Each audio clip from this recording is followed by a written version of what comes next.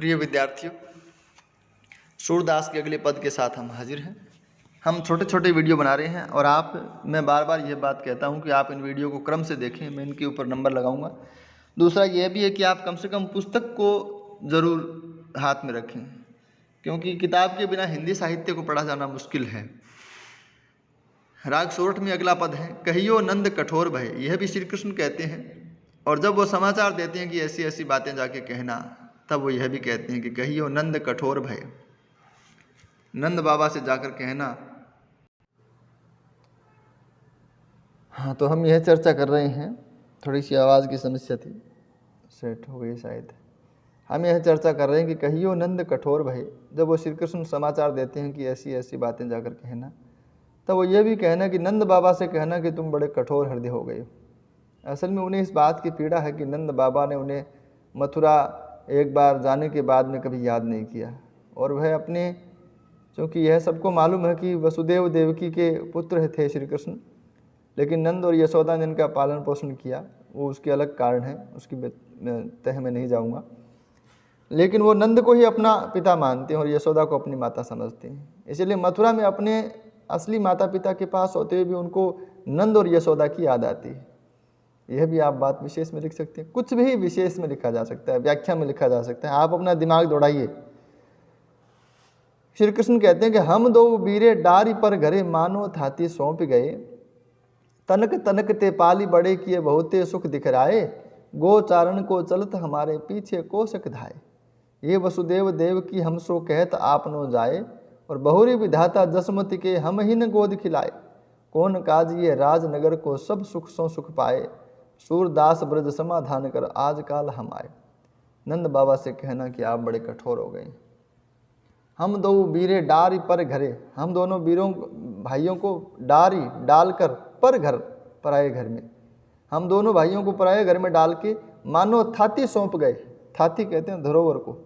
ऐसा लगता है कि कोई वस्तु थे हम, जो इनके हमारे नंद बाबा के पास पड़ी थी और इनकी थी, इनको देके चले गए।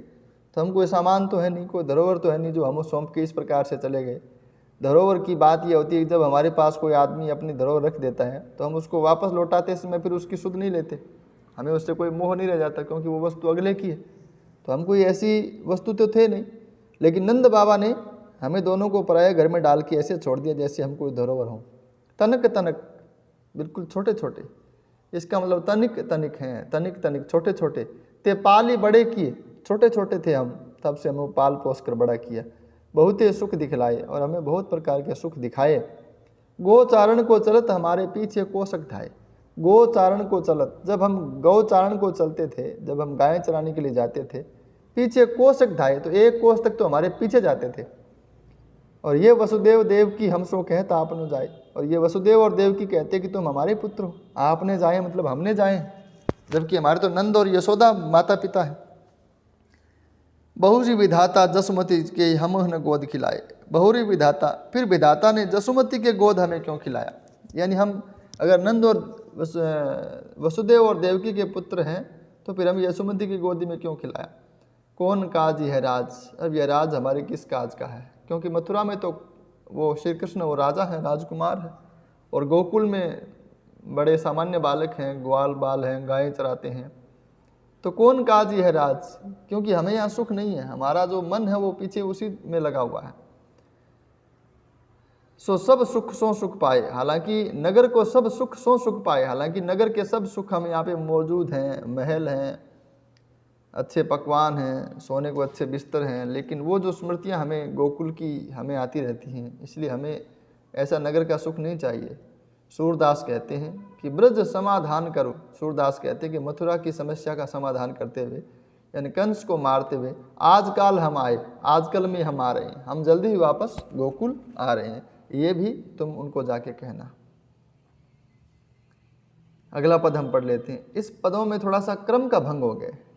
थोड़ी देर पहले तो वो समाचार दे रहे थे उद्धव को कि श्री कृष्ण की जाके ये कहना, लेकिन अभी अगले पद में सूरदास कह रहे हैं कि तभी उद्धव आ गए। हालांकि उद्धव तो पहले आए हुए थे, तो इस पद को पहले रखना चाहिए था, लेकिन यहाँ पदों का क्रम थोड़ा सा आगे पीछे है, तो इसके ऊपर अपने ज़्यादा ध्यान नहीं देंगे। तब ही उपंग सुत आए गए, सखा सखा कछु अंतर नाही, भरी भरी अंक लय। अति सुंदर तन श्याम सरीखो देखत हरि पछिताने, ऐसे को वैसी बुद्धि होती ब्रज पठवे तब आने। या आगे रस काव्य प्रकाशे जोग भजन प्रगटावे, सूर ज्ञान दृढ़ जाके हृदय युवतिन जोग सिखावे। और ऐसे को वैसी बुद्धि होती, यानी तब ही उपंग सुत आए गए। उपंग सुत का मतलब है उद्धव, कि तभी उद्धव है वो आ जाते हैं श्री कृष्ण के पास। सखा सखा कछु अंतर नहीं, दोस्त और दोस्त में कोई अंतर नहीं है, मित्र दोनों एक जैसे हैं। भरी भरी अंक लय, अंक का मतलब हृदय लगना, गले लगना, तो वो दोनों भर भर के गले लगते हैं, एक दूसरे से गले मिलते हैं, दोनों मित्रों में कोई अंतर नहीं है। अति सुंदर तन श्याम सरीखो, उद्धव का शरीर भी है वो श्याम के जैसा ही है। अति सुंदर तन, बहुत सुंदर शरीर है, श्याम सरीखो श्याम के जैसा ही है। देखत हरि पछताने, भगवान श्री कृष्ण उस शरीर को देख देख के पछता रहे हैं कि ये शरीर तो इसका बहुत सुंदर है, लेकिन इसमें प्रेम की भावना नहीं है। इसके अंदर ज्ञान और योग का संदेश तो है, लेकिन इसके अंदर प्रेम की भावना नहीं है। इसीलिए देख के हरि पछताते हैं। यानी यहाँ पे सूरदास पछता रहे हैं कि भाई उद्धव भले ही रंग रूप में श्री कृष्ण के समान है, लेकिन जैसा श्री कृष्ण का हृदय है प्रेम से भरा हुआ, वैसा उद्धव का नहीं है। और ऐसे को वैसी बुद्धि होती, अगर इसे उद्धव को वैसे ही बुद्धि होती जैसे श्री कृष्ण के पास है। भाई शरीर तो श्री कृष्ण का उद्धव का समान है, लेकिन बुद्धि दोनों की समान नहीं है। ऐसे को वैसी बुद्धि होती ब्रज पठवे तब आने, इसको ब्रज भेजेंगे तब आएगी। इसलिए मैं ब्रज इसलिए भेज रहा हूँ कि ये गोपियों के पास जाएगा तो वहाँ प्रेम सीख कर आएगा। या आगे रस काव्य प्रकाशे जोग भजन प्रगटावे, यह गोपियों का आगे, इसके आगे या आगे रस काव्य प्रकाशे, अगर इसके सामने रस का प्रकाश फैलाते हैं, आनंद की बात करते हैं, प्रेम की बात करते हैं, तो है योग के वचन प्रगटावे, तो योग के वचन सामने निकालता है। यानी जब मैं इसके सामने प्रेम की बात करता हूँ, आनंद की बात करता हूँ, तो उद्धव मेरे सामने फिर योग की बात करता है।